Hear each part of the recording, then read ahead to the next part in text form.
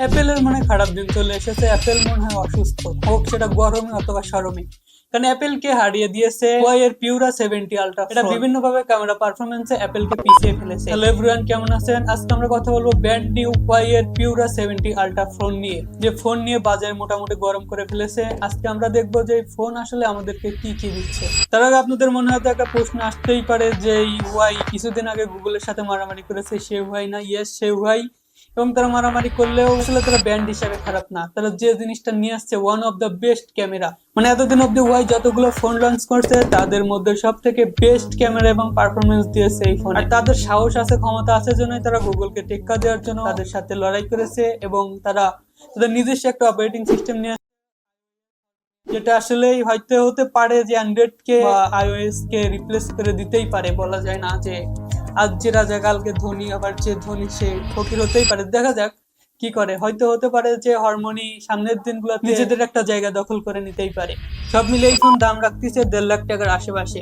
এবং এই 1.5 লাখ টাকার ফোনে আসলে Huawei আমাদেরকে কি কি অফার করতেছে সেগুলো চলো। যদি লুক এন্ড ডিজাইনের কথা বলি, ডিজাইনটা আসলে দুর্দান্ত এবং পিছনে পুরোটাই গ্লাস। এবং এর সাথে রয়েছে একটা বিশাল ক্যামেরা বাম, যেটা উঁচু হয়ে থাকে। এখন অনেকের হয়তো এই ক্যামেরা বাম পছন্দ না হইতে পারে, কিন্তু আমার পার্সোনালি পছন্দ হয়েছে।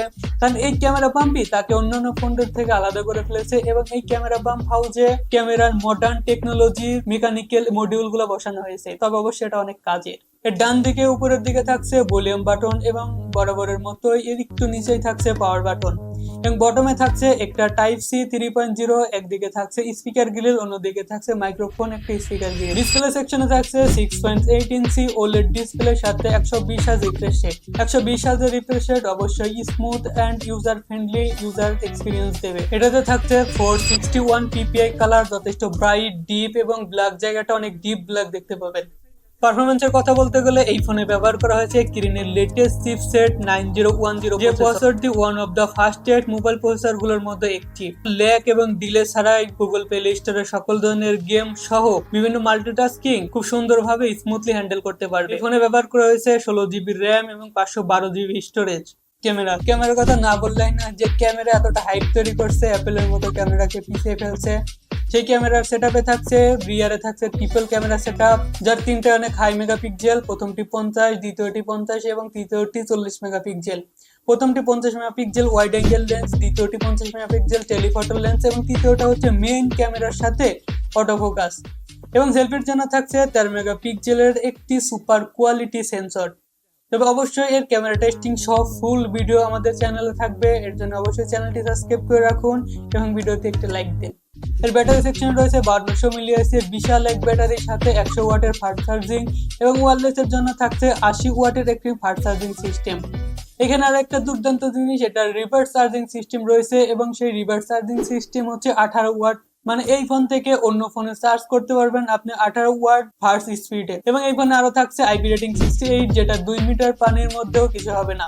যাই হোক, এটার সফটওয়্যারের কথা বলতে গেলে এটা রান করছে তাদের নিজস্ব হারমোনি OS, যেটা অবশ্যই অ্যান্ড্রয়েডের উপর বেস করে তৈরি করা। এখন আপনাদের মনে প্রশ্ন থাকতে পারে, গুগল প্লে স্টোর তো সাপোর্ট করবে না। ঠিক আছে, গুগল প্লে স্টোর সাপোর্ট না করলেও ওদের নিজস্ব অ্যাপ ডেভেলপিং ইকোসিস্টেমের মাধ্যমে সেটা সাপোর্ট করবে। আর তারা তাদের নিজস্ব অ্যাপ ডেভেলপিং ইকোসিস্টেম বৃদ্ধির জন্য, অর্থাৎ গ্রো করার জন্য অনেক IT ওয়ার্কার নিয়োগ করেছে, যেটা খুব দ্রুত ডেভেলপ করতেছে। হোক আমাদের জন্য আর অপারেটিং সিস্টেম, আমরা অ্যান্ড্রয়েড, অ্যাপেল এবং হারমোনি OS অপারেটিং সিস্টেম ব্যবহার করব। আসলে মাঝে মাঝে পরিবর্তন আনা জরুরি, হোক সেটা নিজেকে অথবা অন্য কিছুতে। যাই হোক, যদি আপনাদের কোনো কিছু জানার আগ্রহ থাকে বা জানার ইচ্ছা থাকে, অবশ্যই কমেন্ট বক্সে তা কমেন্ট করে জানাবেন। আমি যত দ্রুত পারি রিপ্লাই দেওয়ার চেষ্টা করব। এবং অবশ্যই ভিডিওতে একটু লাইক দিয়ে চ্যানেলটি সাবস্ক্রাইব করে রাখবেন। ধন্যবাদ।